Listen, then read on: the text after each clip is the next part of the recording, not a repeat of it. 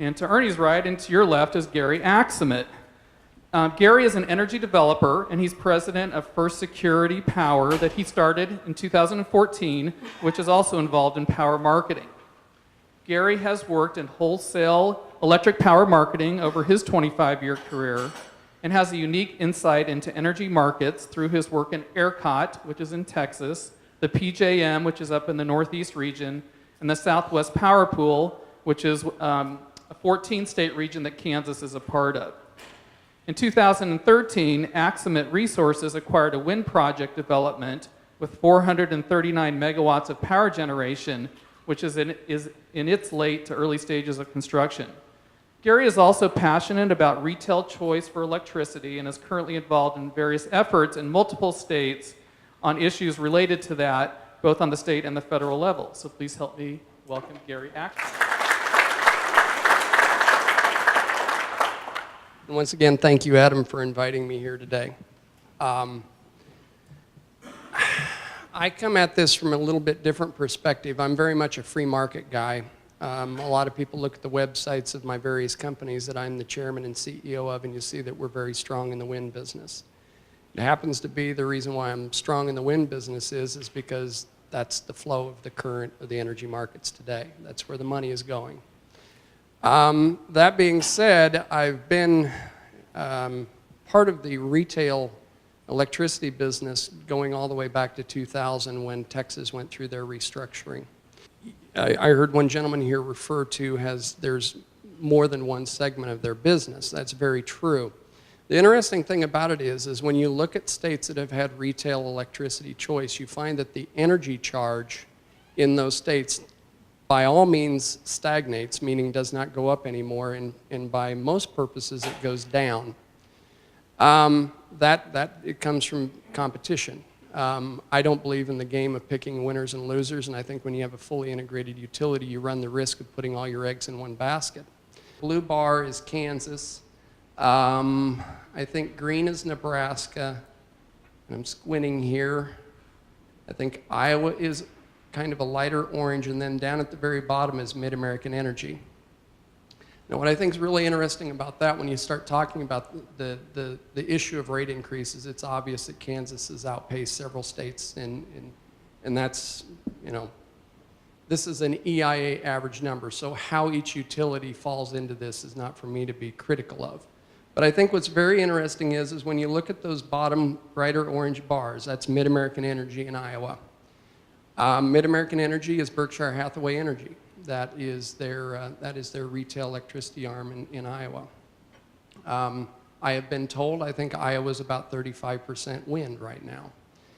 The idea of building more wind having an adverse effect on retail electricity rates is very confusing to me, because from the perspective of somebody that writes a lot of big checks to build power generation, I can tell you that I cannot build new power generation unless I have access to the power lines. And when I say access to the power lines, our engineering staff does a great deal of due diligence before we build any new power generation to see if there's in fact excess available capacity in those power lines.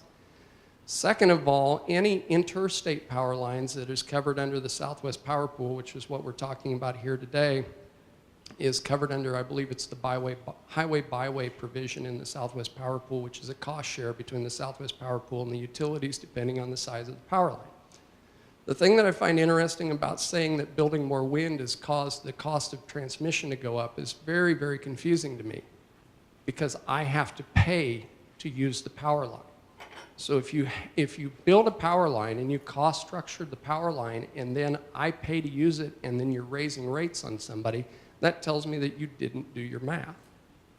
There is really no reason to have to raise electricity rates on transmission lines if I'm paying what it's worth to use it. This is where Kansas falls into the rankings nationally for percentage of rate increases year over year. The column that I think is very interesting is this third one from the left, which is competitive and non-competitive states. And if you notice, the states that have scored the best for the least amount of rate increases over the past, I believe it goes back about 10 years, you see it's the competitive states. Competitive states have been the ones who've kept their rates in check. What I do think is very interesting about that is down at the very bottom for the percentage of rate increases year over year is Texas. And Texas has 17,000 megawatts of wind. Texas has been a huge benefactor from the natural gas fracking in South Texas. We have a lot more natural gas and wind online now than we've ever had in ERCOT. So I really don't think that this out-of-control rate increase death spiral that we're experiencing it can be attributed to all these things as regulation and building more transmission. It's just plain and simple lack of competition, in my opinion. So. Power just does not seamlessly flow from wherever it's generated to wherever customers need it. That's why we have these continuing discussions and occasional battles over transmission construction. I was very excited when I saw the Southwest Power Pool activate their wholesale power market, typically referred to as the LMP market, locational market. That went online in March of 2014, and we saw almost an instantaneous transparency that came about from that. I mean, this is a graph of the daily settlements. And, but the red line that you see across the top of that graph is Nebraska Public Power's cost of generation for their generation assets that the state owns. And as you can see, that pretty much since the day of inception in the LMP marketplace, they've been underwater. The problem with this is there's two problems that comes from an LMP market for the owner of baseload generation.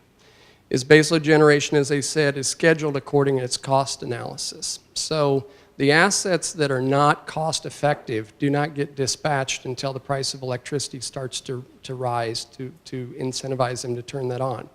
The problem with that is then you have an issue of stranded cost. That stranded cost has to be distributed through the socialization of those costs across the rest of the ratepayer base. That's one problem that they're confronted with by owning baseload generation that's underwater. The other problem that the fully integrated utilities run into is you have on-system and off-system power sales. And when you own a generation asset that you're selling your high-cost electricity to your incumbent ratepayers and then trying to sell the remainder of your excess generation into a market that looks like that, you run the risk of losing money. And if you lose money, you have to turn around and raise the rates on your incumbent ratepayers again. So it becomes a very, very touchy, dicey death spiral. Here's the interesting thing that has come out of all these states joining the Southwest Power Pool. About midsummer last year, the grid was 38% long generation, meaning in a grid, in order to affect what they would call grid stability, you have to have an excess of somewhere between 12 and 13, maybe 14% more generation than you have ratepayers for the effect of everybody's air conditioning turning on or whatever. You obviously have to have an excess.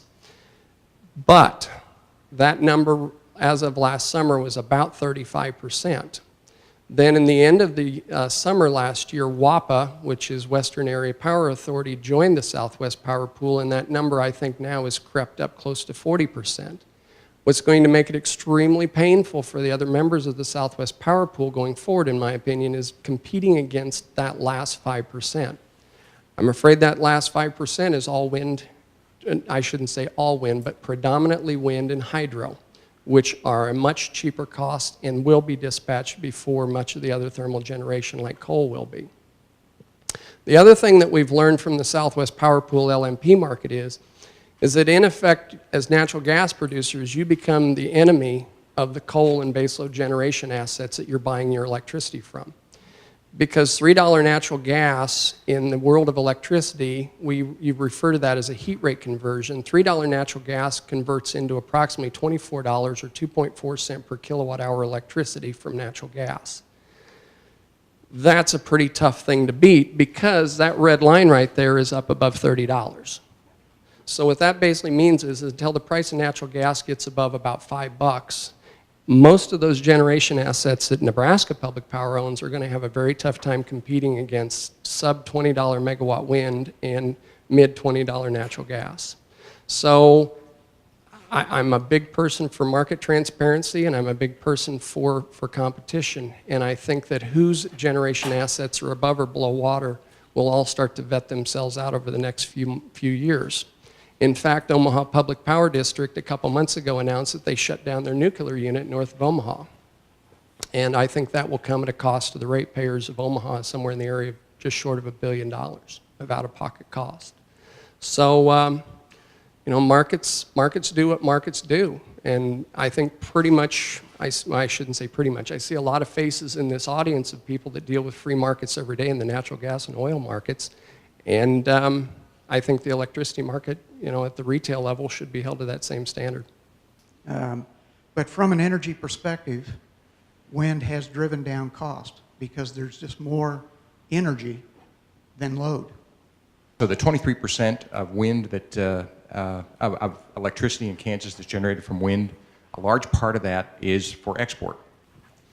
So as somebody who has close to $1 billion worth of wind under various stages of development getting ready to go to construction in the next 18 to 24 months, I can tell you that the economics on wind have changed substantially, and they will be changing even more. Speaking in the context of intermittency and the intermittent nature of wind, we have wind assets that are operating somewhere in the area of 55, upwards close to 60% net capacity factor, which means in an 8,760-hour year, they're operating somewhere in the areas of 55% for all practical purposes. So what you see is up until about 2008, the cost of energy was outpacing the amount of rate increases for the lines and wires carriers. Interestingly enough, you see a very precipitous drop in the beginning of 2009, and that's very easy to identify. All you've got to do is roll back about 18 to 24 months, and you will realize that that's when the natural gas fracking started in Texas in a very big way. And that started to drive the price of electricity down in Texas fast. At that exact same period of time, we started to see a little phenomena happen in the ERCOT marketplace. We have something called Texas Power to Choose, which is a web portal where you can go pick your retail electricity providers. There's hundreds of electricity offers out there, all the way from 100% green to pretty much whatever poison you want. The night gets colder, your AC unit turns off, but the wind farms continue to run. So what they've come to now is we have free nights and weekends, where if you agree to a fixed price during the daytime, you get free nights and weekends the rest of the calendar year.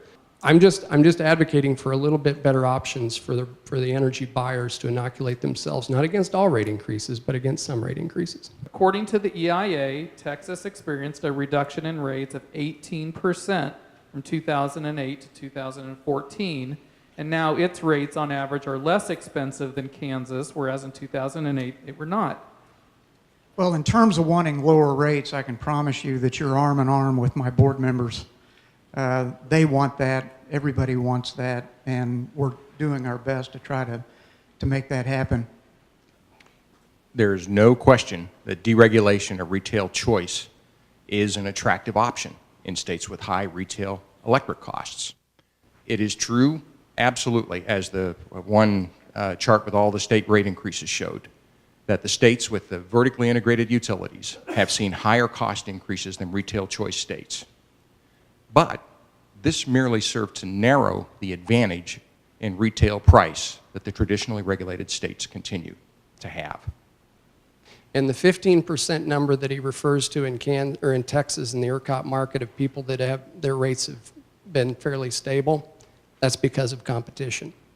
That's because those are some of the last fully integrated utilities left in Texas, and they live in perpetual fear of raising their rates, because if they raise their rates too far, the Public Service Commission of Texas is going to come knocking on their door and say, you're out of line with the rest of the marketplace. Well, Adam, you and I have had several conversations, and I know exactly the pain that you're enduring. It's just a shame that you don't have unbundled electricity retail billing so that you can actually see on everybody's electricity bills what you pay in comparison to everybody else's bills. Socialization of cost. When you have only a handful of different types of rate structures, somebody is obviously going to be robbing Peter to pay Paul. And I think, honestly, Adam, before you get too much deeper into what you're talking about, I think you as a big ratepayer should be pushing for unbundled retail electricity bills so that you can actually see what you're paying for. I think that would be a big benefit for you. I guess, as most people in this audience can sense, I've got a pretty wide libertarian bone in me. I don't believe in taxation without representation, And I can tell you, I came from a very sparsely populated county in Kansas, or excuse me, in Nebraska, about 100 miles straight north here, just across the line. And every 10 years they do the census, and every 10 years there's another 10% of the population that's gone. And that's just, there's nothing we can do about that being from small town America. There is one piece of concrete good news we have. We also have been working on our wholesale power supply costs. We have a combination of what we own and what we buy. But I can give you a solid number. Beginning next summer, and I wish it was sooner, but this is the way contracts work. Beginning next summer, our wholesale power costs are going down $10 million a year. That is 6%. At least that gets us back under Sunflower for the cumulative percent increase. But I think in the end, the message you're hearing from both of us is you've seen the worst and it gets better from here. Isn't it amazing to hear people talk like that when you've got somebody on the stage that poses a threat? Back of the envelope math tells me that Kansans overpay for electricity by somewhere between $500 million and $1 billion a year. We're going to be doing some very substantial studies and white papers to drill into that, so we're talking about facts and not lore. My deliverable to this audience and to people of Kansas is you need to push hard for unbundled billing at the legislative level and have a statewide mandate of what a standardized unbundled billing looks like so that Kansans can have a really, truly intelligent conversation about rates. I think the business of building big wind farms is going to be reserved to a very, very specific need. The next generation of energy battles that these gentlemen are going to have to confront as lines and wires carriers is going to be distributed generation.